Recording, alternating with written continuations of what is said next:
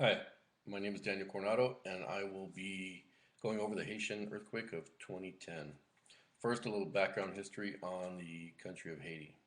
Haiti occupies the western third of the Caribbean island of Hispaniola, sharing a border with the Dominican Republic. It sits about 700 miles off the coast of Miami and is roughly the size of Maryland. The capital is Port-au-Prince, and the climate is tropical, but hot and humid for most months of the year.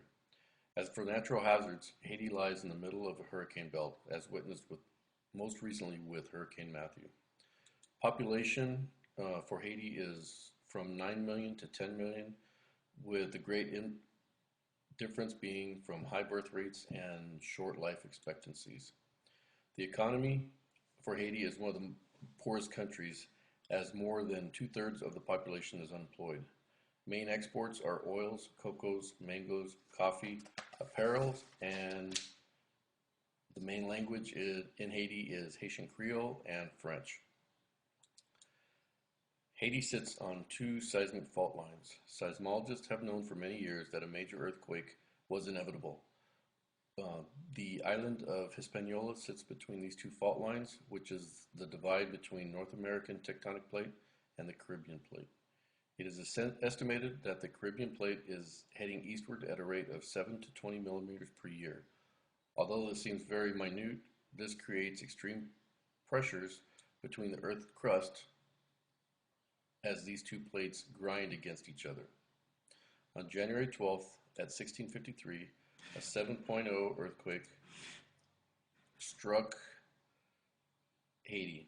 Although there have been more powerful earthquakes in Haiti's history, the most recent was in 1887, which was a 7.2, although I have no idea how this was recorded at that time.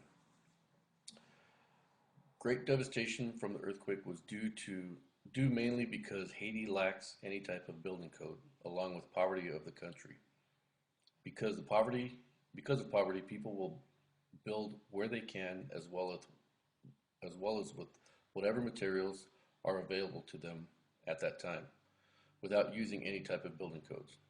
Also, these buildings weren't constructed for earthquake resistance, even though they live in a major fault area. Most or all the buildings are brittle with no flexibility. Along with hundreds of thousands of homes, all but one government building was destroyed, along with 60% of the country's hospitals and 80% of its schools.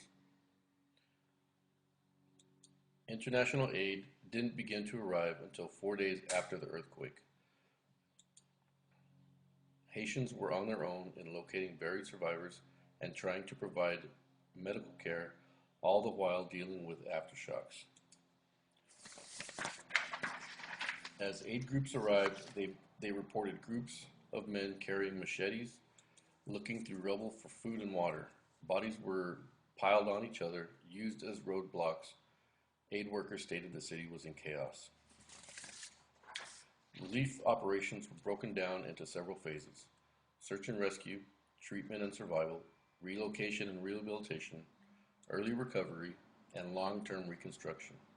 As with any significant natural disaster that has many moving parts, it can take days to get relief efforts underway. The massive operation was hampered by a number of significant challenges, including lack of transportation, extremely limited communication systems, damaged infrastructure, and in many parts of Port-au-Prince, roads were ruptured or blocked by collapsed buildings or debris, bodies, and people seeking open space. In the first few weeks following the earthquake, priorities were focused on search and rescue assistance, including teams with heavy lifting equipment and medical assistance and supplies, addressing a critical need for food, clean water, sanitation, medical assistance, and emergency shelter. After the earthquake struck, people began gathering spontaneously in open spaces in Port-au-Prince.